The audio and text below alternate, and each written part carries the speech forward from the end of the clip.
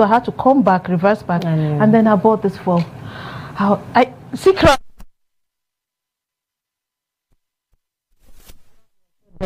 Thank you.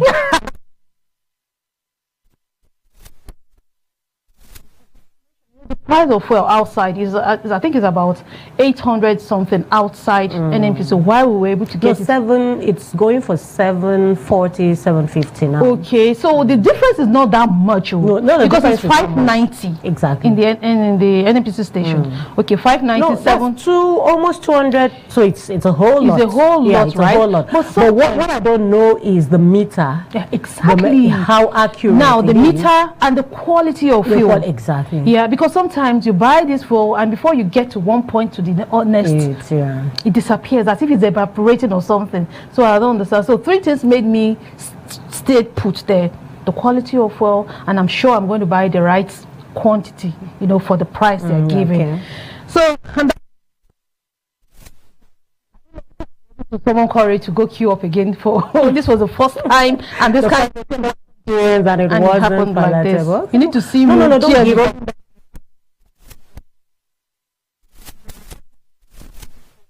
Better, who knows? No so way. Give it a try again no way. next time. Supposing my husband was not around to come give me, that was out. I would have just wasted the whole time there.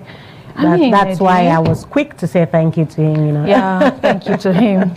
All right, so we'll go on a very quick short break, and when we'll come back, we'll introduce our guests as well as our topic. Stay with us, we'll be right back. 1 hour of your daily dose of news from around the world. Whether it's a diplomatic breakthrough, a humanitarian crisis, or a scientific discovery, Global Digest gives you a deeper understanding of the world around you.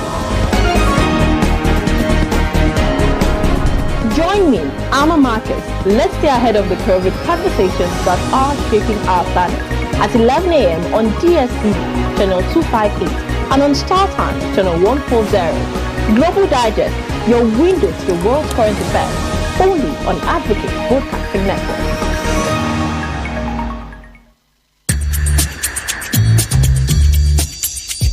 No matter wetin I see, enough fit make mouth heavy to talk am. That's now why people dey talk. You know wetin dey worry you, but you no go fit take help yourself. In this kind of situation now, what if they really no talk to una? Wetin be the way forward? They go bury our chairman on Thursday. We go remain here. Make we talk good where we dey see good, and where we know say we not dey see good, make we also dey talk am. No woman, no mother deserve to know the grave of his child. The bank manager, the bank executive, they are the one the government should first pay. People They Talk, the show on Monday to Friday by 5 p.m. on top ADBN TV.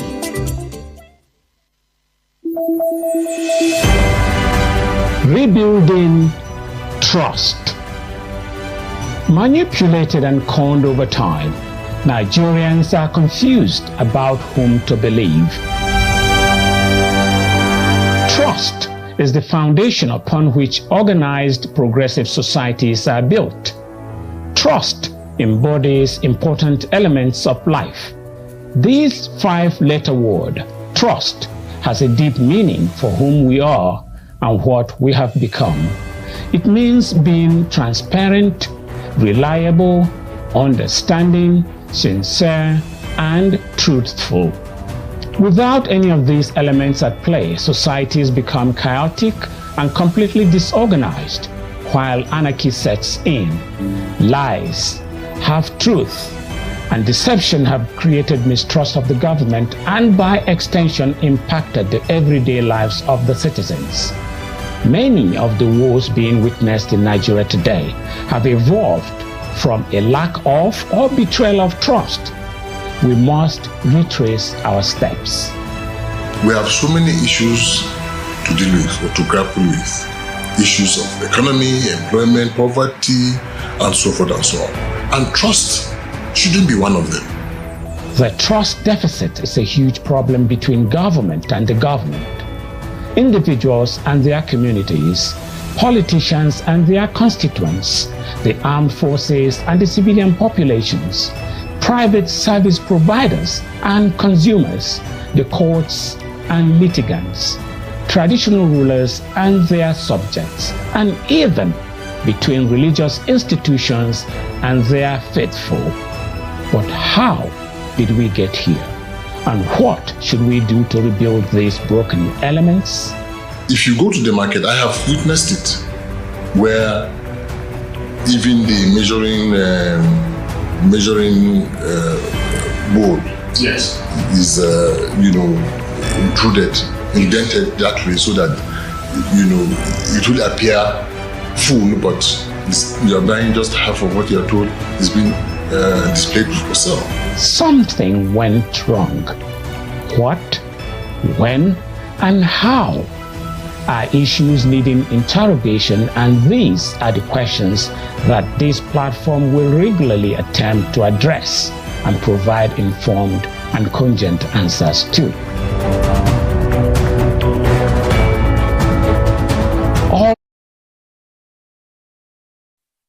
All right, thanks for being there and welcome back. So vitiligo is a condition that affects millions of people in Nigeria, all over the world. Now, I'm not talking about only Nigeria this time. So people worldwide, yet it remains widely misunderstood and stigmatized. So today we are shining a light on the reality of vitiligo, breaking down the barriers of misconceptions and empowering those affected to embrace their beauty and take control of their health. So join me as we dive into the world of vitiligo, exploring its causes, treatment, and the emotional journey of those living with the condition. So our guest today is Dr. Edesiri Egoroji, who is a consultant dermatologist with the University of Uyo Teaching Hospital. She's here to share her expertise and insight, helping us to better understand this complex condition. Let's start this conversation and work together to break the stigma surrounding vitiligo. Ma'am, you're welcome to the show. Thank you very much for having me. All right. So I hope I pronounced your name. Yes, you did. Oh. Eddie, Eddie, give me some. Yeah. Oh, goodness. Thank you so much. So let's start by explaining to our viewers what exactly is vitiligo. Okay. Vitiligo is strictly a skin condition where the individual develops this predisposition to destruction of cells that produce the skin color, what we call melanin. Yeah. So there are different types of skin pigment, but the most common is melanin. So the cells that harbor or produce these pigments are called melanocytes. So there are certain individuals that have a tendency or higher tendency to just have the body, instead of protecting cells that are owned by the body, tends to destroy it. And that's what causes vitiligo. So that causes that depigmentation, loss of melanocytes, and the white patches that occur in individuals. Okay. That's a natural process, right? Of course, it's not natural. It's termed autoimmune. It has now there's no specific cause for vitiligo. However, when there is a trigger, it now causes the person to develop this autoimmunity, which means destroying oneself tissues. Okay. And so there is no specific cause, it's just triggers that makes the person lose that pigmentation. Now talking about the triggers, what exactly what are those triggers? Okay, so the identifiable triggers so far, because every individual is different, so identifiable triggers one is stress. Yes. Now, stress comes in different ways. So I don't mean like you that went to NPC. So some identifiable triggers are like pregnancy. There was a recent video in BBC that showed a lady that developed vitiligo while towards the end of her pregnancy and or after pregnancy, after delivery. So that is a stressor. There are drugs, just general stress. So that's why another trigger is like trauma. So any form of skin injury. It could be a burn, even sunburns. It could even be an insect bite, and even persons that are in contact sports or occupations like being a chef. They tend to trigger. So for those persons, we usually advise maybe a change of occupation, or at least a bit more caution during that, because they will have the patches increase in size. So it can trigger the first presentation and also worsen the development of the patches. Okay, so what are the symptoms? Of vitiligo. Yeah. Okay. Vitiligo. It starts without even any sign. There is no itching, there is no pain. It just appears. Yes. So I like giving examples. So there was a lady that was about to get married, and that's when she started noticing that while she was putting her lipstick, the colors weren't matching very well. So that is where it started inside her lips. So it can just occur without any major sign. Yeah, so there's nothing I can say that, okay, if this is happening, it's likely vitiligo. No, there's no such thing. And like I said, it doesn't cause itching or pain, just that change in skin color. Okay, so is there any way one could prevent it? Because it's like a genetic thing, there's really nothing we can do. There's really nothing different. In fact, nobody knows whether they're going to develop vitiligo because because it's not really hereditary per se. I was about asking that. Not really hereditary per se, because some families that have it may not have another person that develops it, while some might just be the first family member that will have it. So there's really nothing to prevent, but when it starts, there are things we tell our patients to avoid or minimize to avoid the progression of the condition. Yes. Okay. So do we have types, and how do they differ in symptoms? Okay, clinically there are several types. So it depends, first of all, depends on where it affects within the mouth or what we call the mucous membrane, and depending on the other parts of the body it comes on. However, simple classification is what we call generalized or localized. So generalized, what does that mean localized? Localized just means just a small patch of the body. While generalized means it involves much more body surface area to the point that the whole body can be totally white.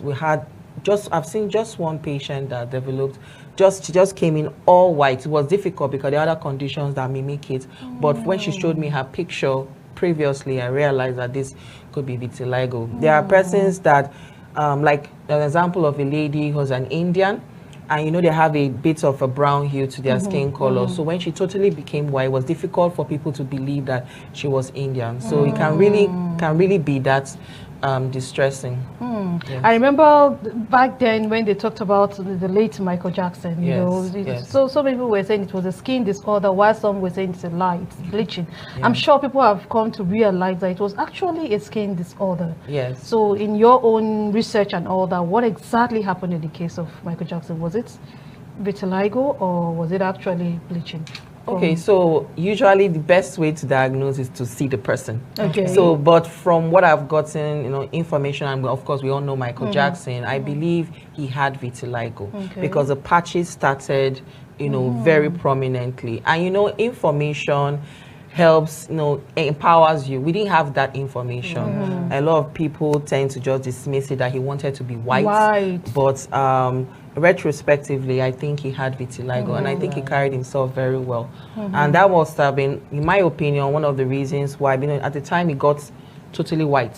So is either the progression of the disease caused him to be totally white, or there are treatments that can make you totally white so that you don't have that disparity patches. And that's why you see him had umbrellas all the time, because when you totally the melanocytes that produce the melanin protect the body from the sun rays. It gives about 8%, let me say 8% protection. That's in addition to using your sunscreen as well. So he had to use umbrellas, protect. He was always covering his body. He knew what to do. So that's why I feel he had vitiligo, because he totally bleached because of, he was in entertainment, was in showbiz, he needed to look a bit better. So since people already accusing him of being white, might as well just totally depigment. So historically, how long has this been in the society, so to say, with human beings? I can't really tell how long it has been. It's been that people you have to come forward with an information. However, when the celebration or recognition of what Vitiligo Day started as far back as 2011, but I think the recognition started with when Michael Jackson, was out there and alive, and he showcased the condition. So And another thing too, because it can be a very, let me put it, embarrassing condition, people don't come forward. Exactly. So you can't really, even when I ask patients, do you know anybody that has similar condition? It's not something everybody comes forward. And it can be, the patches could be on a hidden place. And not everybody would like to, even when they tell, even diabetes, hypertension, people don't really even tell their family relate how much more a skin condition, because people just generally feel that as long as it's a skin condition is infectious, it's not infectious, it's not contagious. You can live a very full life with partner-wise, relationship. You can have any job. There are people that are models with this condition. Exactly. There are people that are TV anchors with this condition. I know of a male that, not here, abroad, that has this condition, and he has it on his face, but when he's on air, he puts on like camouflage and makeup just to cover. But if you look at the hands, you know that he has. Yes. Okay, so I like the fact that you mentioned how Michael Jackson was available. Probably he had this vitiligo in some part of his body and decided to go, probably to bleach himself. Now, what are those treatments available? Is it just, like you have a few patches, and since you are in the eyes of the world, you would want to like bleach? Is that the only treatment available for this? Yeah. What other options do people living with this condition have to like treat themselves? Condition. Okay, so treatment starts with seeing a dermatologist. Okay. And treatment starts with education, because when you're informed of the condition, you're aware of where we are going to. It's a partnership, it's a chronic condition. Just like diabetes, hypertension, you have to work with the person because these are not curable conditions. Vitiligo currently does not have a cure. Yes, so for treatment option, first I usually start telling the individual that you can stay without any treatment. Oh. Yes. It does not, apart from increasing size of patches, there is no other issue, systemic issue that it causes. Yes, some persons that have vitiligo that are pregnant have been said to have have pregnancy losses, but that's very, very, very, very uncommon. So you can decide that I don't want to do anything about it, because when we now go to the side of treatment, we have to talk about how to use it. Some can be a bit cumbersome, they can be expensive. Now, let's just even start with camouflage. It's a form of treatment. Camouflage just means makeup. There are products that people have been able to create that you apply over those patches and it blends well with your skin. It doesn't stain your clothing, but it can wash off. So there are actually products like that. So that's on the category of camouflage. Now, when we come to medical treatments, permit me not to mention some names, because you know how our people abuse certain medications, because these medications have to be used in a certain way. So they could come in oral, they could come in application. And like I said, they tell them certain precautions. Now, remember, why they say there's no cure is because you cannot really get back the lost melanocytes, which are the cells that produce the melanin. So whatever treatment we are giving, that's outside camouflage, aside just saying you don't want anything. The treatment is directed to ensuring that we stop the process that is destroying those cells, and to assist or help the melanocytes surrounding that affecting very nicely. So after a while, of course, you're going to stop. It's not a lifelong treatment. You can use the camouflage for as long as you want, but because of the side effects, it's not a lifelong treatment.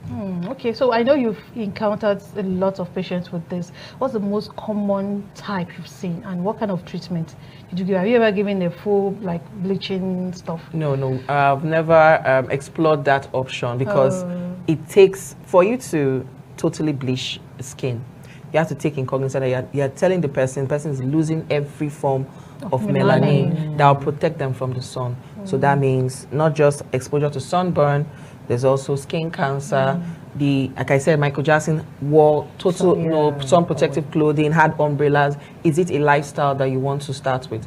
So that's why you have to explore, you have to tell them everything, but not deep pigmentation or totally bleaching the skin is not just for anybody. It's for people that have multiple patches everywhere, and they decide that, okay, I understand what it takes and I want to start. But for the most common we see is localized, so just very few patches here and there. So if there are much, we tell them maybe take tablets, and if there are just a few patches, like the individual I told you that is repigmenting we just tell them apply and they go. So depend on the individual. Like he started about the same time with another of my clients, and he's doing way better. So you can't really tell the duration of repigmentation. It could also have to do with the body composition. Yes. Another thing I also tell patients is, first of all, sunscreen. You have lost melanin in some areas, so you need to ensure that you're covered very well. Yes, they are not so predisposed to skin cancers, but for our counterparts in other climes, like the Caucasians, they are exposed, they can't have sunburns, they can't have skin cancers. Another thing is, remember that we are talking about the self-destroying itself.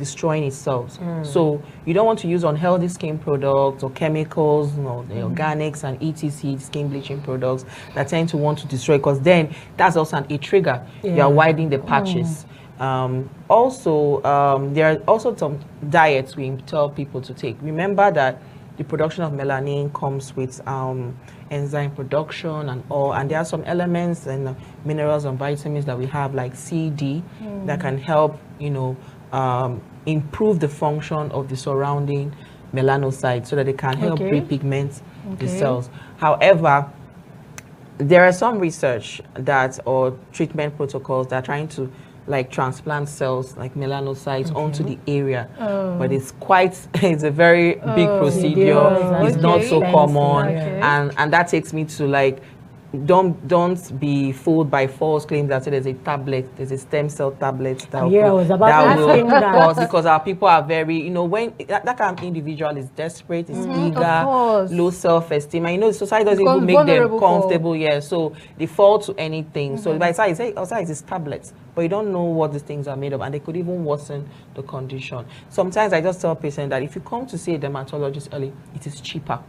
The drug might be expensive, but what you've spent so far, it's enough to have started something and get much improvement.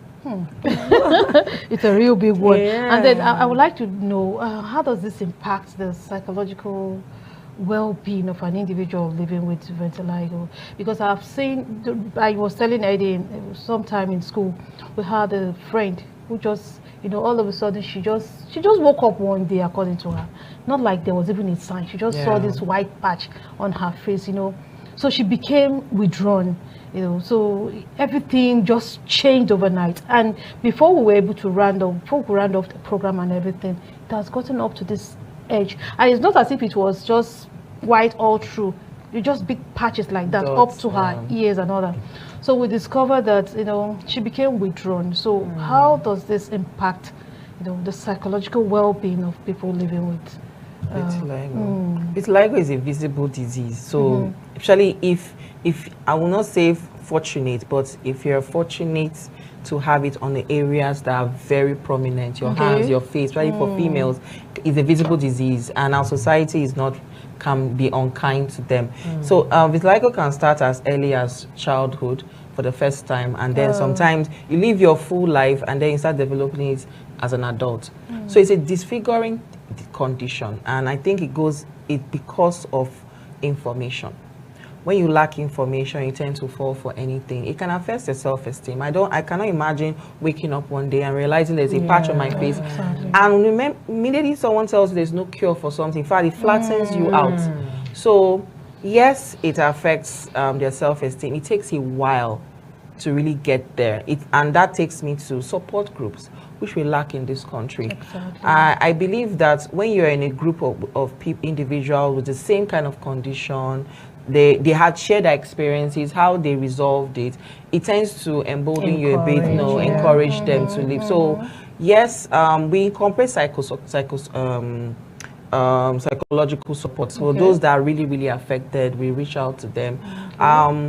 But it's societal stigma that really push it. Because if you have someone that has vitiligo and I'm not even bothered, I take you like there was a lady that went on a blind date, and luckily the guy that was that came for the date didn't have an issue with it because he had friends that had vitiligo, and she was a bit more understood. But if he had expressed himself differently, should have curled up in a corner again. It's not as if they are strong. They really come out of the shell. We'll go on a very short break, and when we come back, we'll continue with this stigma, because I know that's the major problem that brings people living with this condition psychologically down. We'll go on a very short break, and we'll be right back. Stay with us.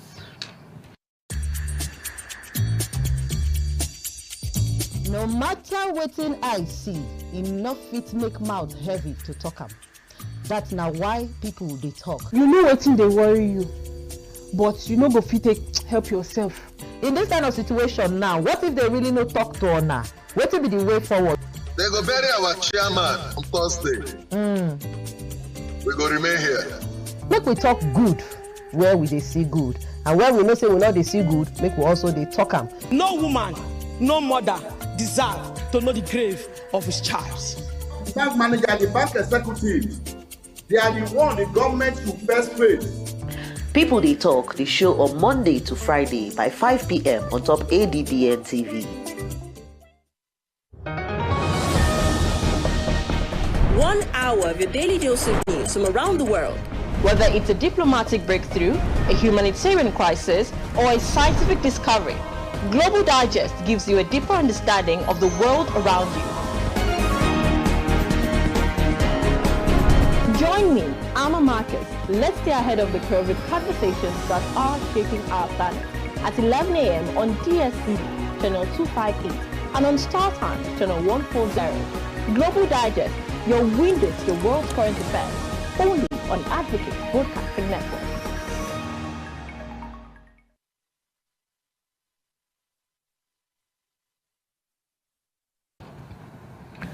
All right, thank you for being there. So we're still discussing vitiligo. I'm sure you know someone who knows someone who knows someone that has this condition. So stick around and let's educate you more. We'll have our able dermatologist in the house. So let's talk more about the stigma. You know, so they say something you don't understand. What you don't know. What you don't know. So let's educate people more about this. It's not contagious. It's not what's again? It's not contagious, not infectious. Okay. It may not always, just because someone has doesn't mean their children are going to have, because that's also a problem, especially when women or men go into relationships like, oh, I don't want my children to have this. Yeah. So that's, puts that person, isolates that person in, interpersonal relationships. It has nothing to do with the gene. Now, genetic. Any expression of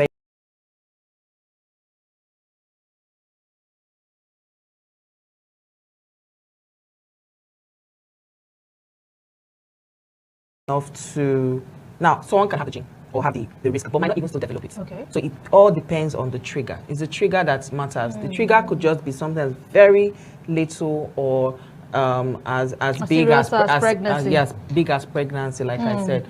And it was new to her, this lady, is index lady, because there was no other person that had vitiligo.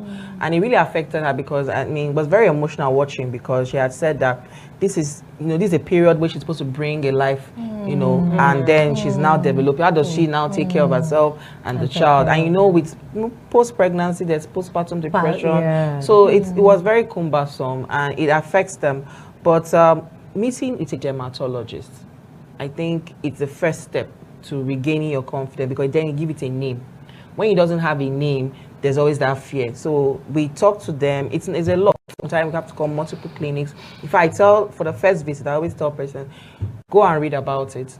Come back, let me know what your concerns are. Because sometimes, no matter if I start treatment for you for today, because you are holding on to one misconception, you will not let go, and you just feel that treatment is not working. So I always tell them, first treatment, go, come back with your questions, and then we'll talk about the treatment. And this has nothing, because like part of the myths, people could think it has to do with leprosy or something. No. If I let her just break down some of those misconceptions we have and how we can break them down. Okay, I think the major misconception with vitiligo is just that it's contagious. And that it's, it goes on hereditary. Now that you've mentioned leprosy, there are skin conditions that have white patches but are not vitiligo. Okay. There are skin conditions that have white patches and are totally treatable. We've already mentioned leprosy. We have pityriasis versicolor. There are so many. Even online, I've seen a few persons say they have vitiligo, but it's not vitiligo, at least from my point of view. I'm sure if I talk with them further, I'll be able to get more information. So the first step is seeing a dermatologist. Get a diagnosis. Don't assume, because maybe you assume, you put yourself out there for so many myths. There are so many false claims of cure. I've seen so many online, and when they don't work, it makes the person even more depressed. So the misconceptions are just that, because something is different. people just tend to run away from them, just like the persons with albinism as well. So, and then they will not feel that they turn into someone with albinism. You know, albinism is way different. Vitiligo does not start with birth. Okay. It's an acquired condition, while albinism is more hereditary than vitiligo. Yes. Okay. Okay, so are there lifestyle practices that can help us, people with this condition? Yeah. Okay, so first, because it's a visible condition, because it's a chronic thing, it's like a lifelong thing, it's going to affect your lifestyle. I would always advise that you shouldn't stop going out. Do what you want to do. See your friends. It's easier said than done, and that's where the support group comes in, because when you see other people go out there and be themselves, just like I always bring up Winnie Harlow, because that's the model that has vitiligo. And when she did that, there are so many more models coming after her, because she was more visible. So you don't know who you're encouraging by going out. And then secondly, like I said, because there's lots of melanocytes, you have to use your sunscreen. So because with sunburns and even the sun itself is a form of trauma, is a form of stress. Yes, so it can, while you're on treatment, or even if you're not on treatment, it could expand the areas which you might not like. And that lifestyle change is occupation. So it's either you decide that even if it's getting larger or not, I don't mind. But remember that contact sports, so football, anything that would, you're working like a manual laborer, a chef. We've had a chef come and he noticed that it was all around his hands because he cuts. You know how we do it in the kitchen. So we now have to tell him that it's either you wear gloves or either you wear gloves or you change your occupation. So those are some of the things, and also avoid any skin bleaching products. They will only worsen, they'll only make it bigger. And like I said at the beginning, the major lifestyle modification is just embrace yourself. You have to be a bit more confident than you would. So it's a lot of talk. I advise persons not to bully. Because just imagine a young child, let's say at the age of, let's say 8, develop this condition, or even in teenagehood. Remember, teenagehood is the time where you're so self-aware. You're even talking about pimples coming out, and then you now finally have this condition you can't explain. So the society really needs a real turnaround. I think that made that 50% of the problem. That 50% of 50% of the problem, because they might not want to hire you, associate with you, have relationship with you. It's a huge thing. Eddie, 1 minute, please. Okay. I remember one time I went to eat with my kids, and we adults, we see some of these things and we just maintain. But children, children don't know. When my son saw this other boy with this condition on his face, he was like, and he said it so loud that I didn't just know how to manage the situation. He said it so loud, and I felt for this boy. So I could imagine what this boy is going through in schools. So he really needs a very strong support to keep him going. Otherwise, children, when you've been talked to like that in public or something, they just withdraw. They isolate themselves. It affects even their schoolwork, how they know who they are in life. So even when children present to the clinic, I have to now talk to them that against them. You can't control what other people say. You can't control, but I tell them, jokingly, well, not jokingly, because I know I can do it. I tell them, like, if there's anybody bullying you, next time I see you in the clinic, bring the person's name, I'm going to talk to them. Because if you don't start addressing and just saying it's children, it's not a joke. So you're just getting me there. Having had this experience and knowing that there's really no cure for it, and then with the stigmatization we have, what have you thought of trying to build a support-based group which is available at least for these ones? Maybe they present to themselves to the clinic, you add them to the support group and encourage them to go out there, so that the more they come, the more people living with it can also come out. It's something I'm definitely working on, because I'm already working with persons with albinism already. So that is because treatment now is patient based. It's individualized. So you want to understand what the patient is going through, because you can't generalize treatment. So yes, I would, at the end of the day, would like to have a support group, but people still stay away. even with treatment, they still stay away. But it's a start. We could start with something. But then you have like group of people who live with this condition? That's as a vitiligo support group. No, we don't have that yet. Wow. We don't have that yet. You know, there's this thing that if you want to treat someone with, let's just take for instance, talking about vitiligo now. If you had it, it would have been easier to understand. Yes. But you being so fit and you telling somebody who has it, you know, you're like, you never understand. Exactly. That is true. That is true. So it has to start from. That's why the persons with albinism have, you know, everybody there has albinism. So you see what you look like. Yes, you can connect. Problem. But I can't do that personally because they always feel I don't understand, even though I can share in their pains and their challenges, but it's never the same. It's never the same. Okay, so I would like you to talk more about those patches. The white patches. Eddie has some white patches, so she wants to okay. Okay, so typically with vitiligo, it is totally white. It's depigmentation. Okay, like the pictures. Like the picture we saw. It's deep. You can see it's totally white. Okay. Of course, it will be a bit more different for those with lighter skin. Okay. Yeah, but for those with dark skin, it's depigmented. Okay. And they don't itch. Okay. There's no pain. There's no symptom with them at all. Okay.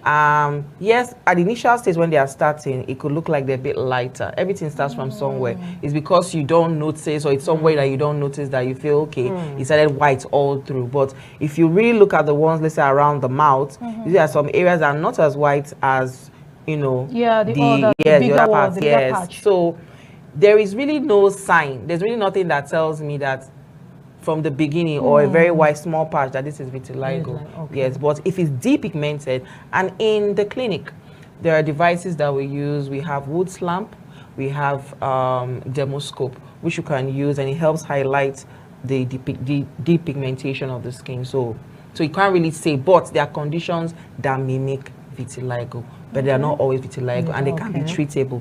Even leprosy is a curable disease. Yes. Leprosy is a curable disease. Eddie wasn't as surprised as I was. I wasn't. Because, so you can imagine someone else says, "Oh, I have vitiligo, white patches," and you just assume they have leprosy. Just live with that stigma all through your life. Meanwhile, leprosy can be treatable, but vitiligo isn't. So it starts with visit the dermatologist. Wow.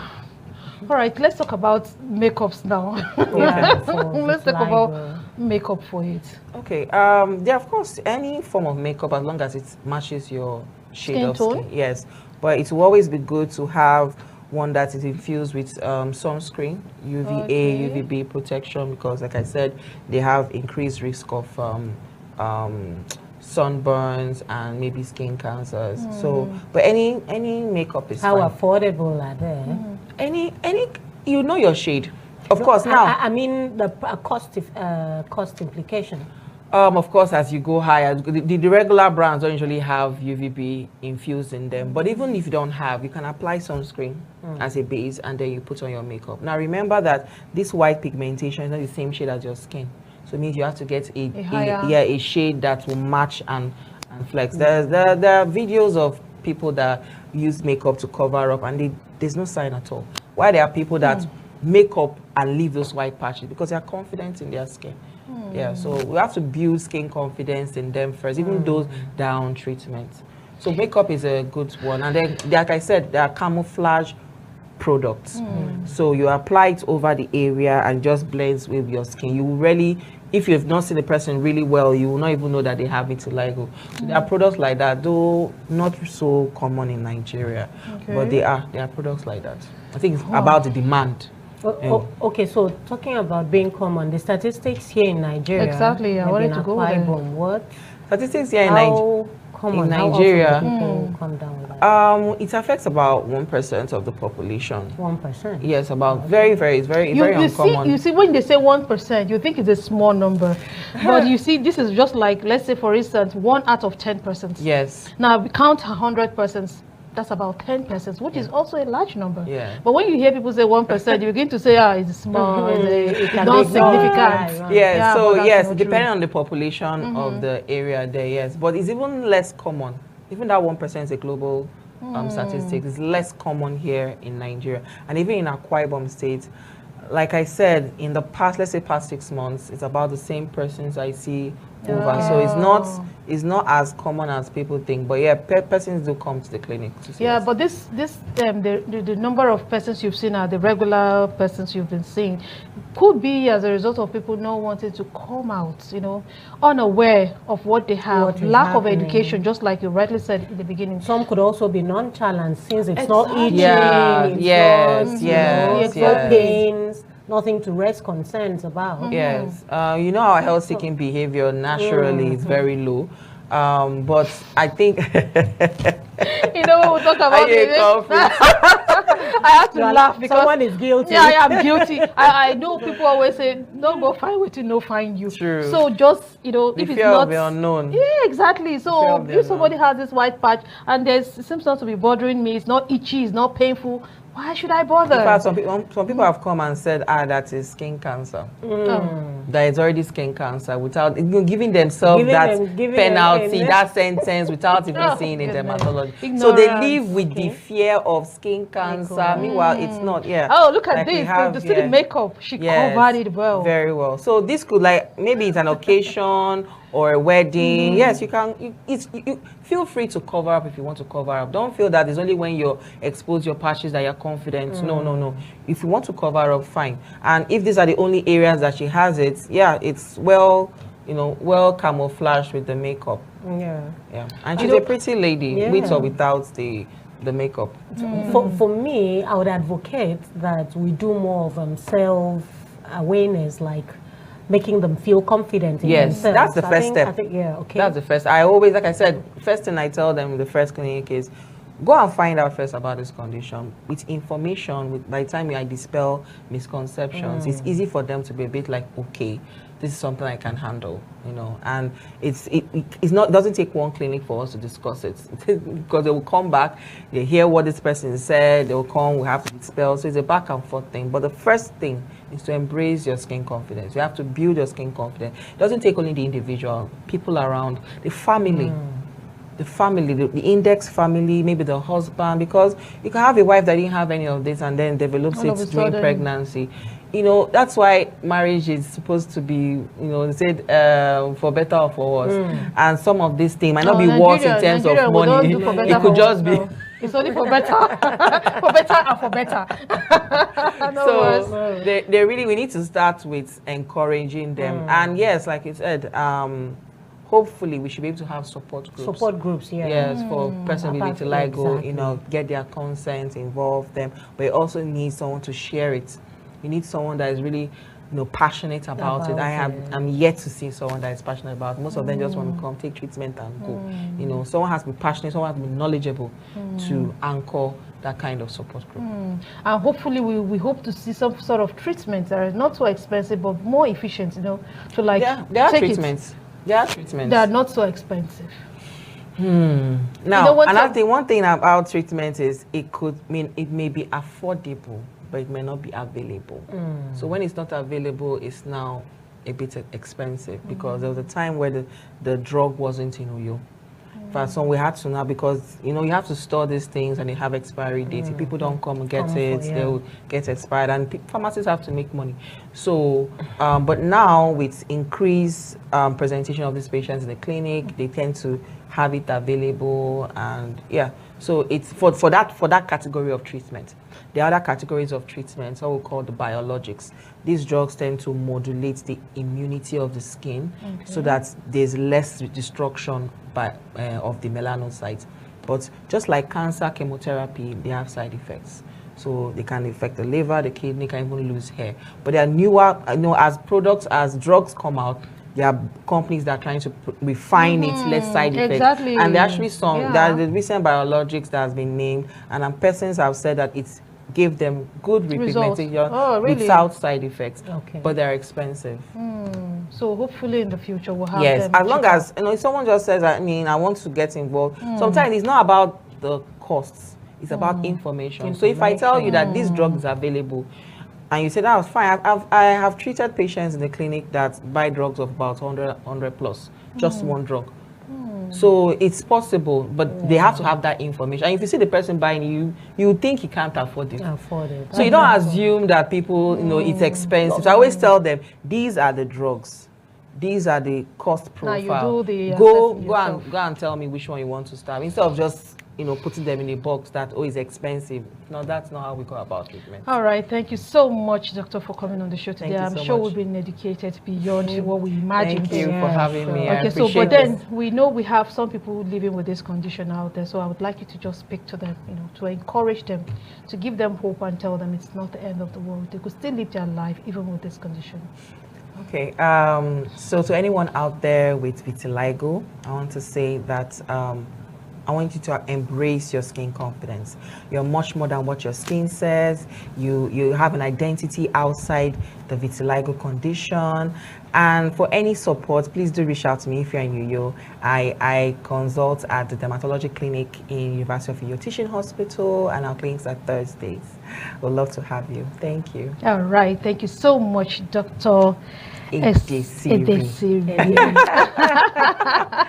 I was just Don't go there. Don't go there, Eddie. Don't go there. Just watching her. Don't go there, Eddie. Thank you so much. Eddie, you want to say something before we go? Yeah. As usual, I tell you that I think I've really enjoyed today's show. And I keep telling you, when we come your way, we bring you something very, very interesting, very educative. And you can bet that vitiligo is one topic you probably wouldn't have thought or imagined about. So what do you think out there? When you see someone living with vitiligo, I'm sure you should be able to know the difference, that this is not just maybe you shouldn't run away from the person. No stigmatization, please. It's not contagious. It's not contagious. Please embrace people with vitiligo. Encourage them, and don't victimize. Don't stigmatize. Stigmatize. All right, Eddie. Thank you so much. Okay, that's the much we can offer on to this show. Thank you for being a part of it. From all of us in the studio is bye-bye, and thanks for watching. Thank you.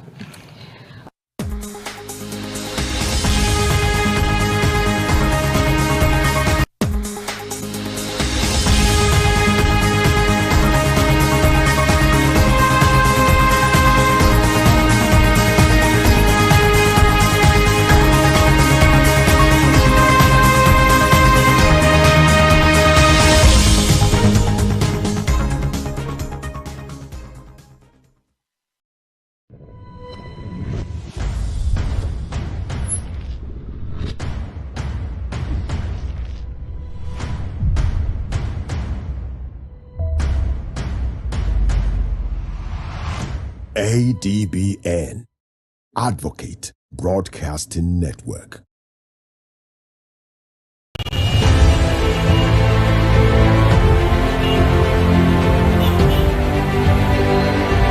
Road don dey safe for us to travel on, abi no be so? But wetin go come happen when we say people wey their work na to keep our road safe, they no dey federal road again? Why drivers go dey drive motor without lights and brake lights? Nobody dey check them. Abi those people wey suppose check them, they no dey run for highways again? Abi dem prefer city centers because they full inside city, they do wetin? Na to check fire extinguisher, paper, or follow them go office. People dey worry why dem dey see plenty bad tankers, trailers wey no get trafficator or even side mirror for road. Why dem come full inside city dey disturb motors wey get complete documents?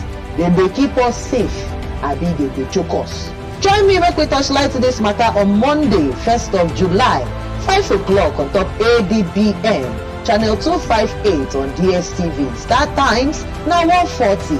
Na people dey talk with the program. Make we follow touchlight the safety of our roads together and the wahala wey road users dey face for officials' hand.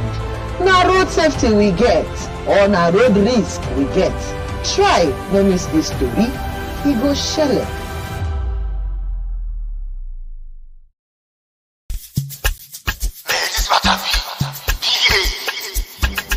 Big A Entertainment, baby.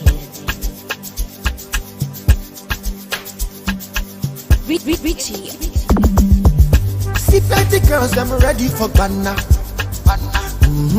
Now here jolly day, me I no fit to stand out. thunder. And as a bad sharp guy, me are ready to die. But that's the real thing, there's no time to calm down. So when I talk to toe, I make it dance to my disco, dance to my disco. When I post to toe, you can call me Aristo. When I toast to toe, I make it dance to my disco, When I post to toe, I go sell like a window, I go sell like a window.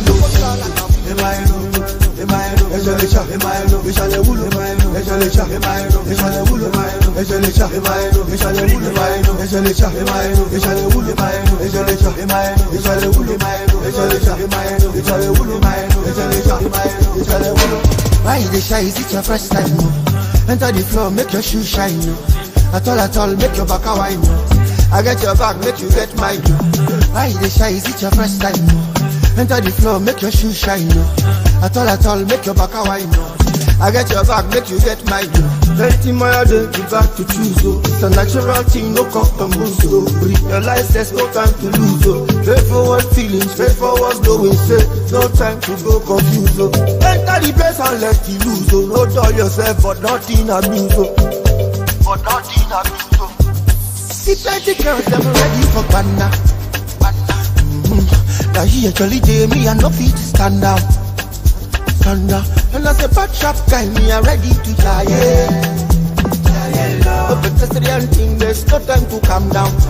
So when I talk to toe, I make it dance to my disco, dance to my disco. When I post to toe, you can call me Aristo. When I talk to toe, I make it dance to my disco, When I post to toe,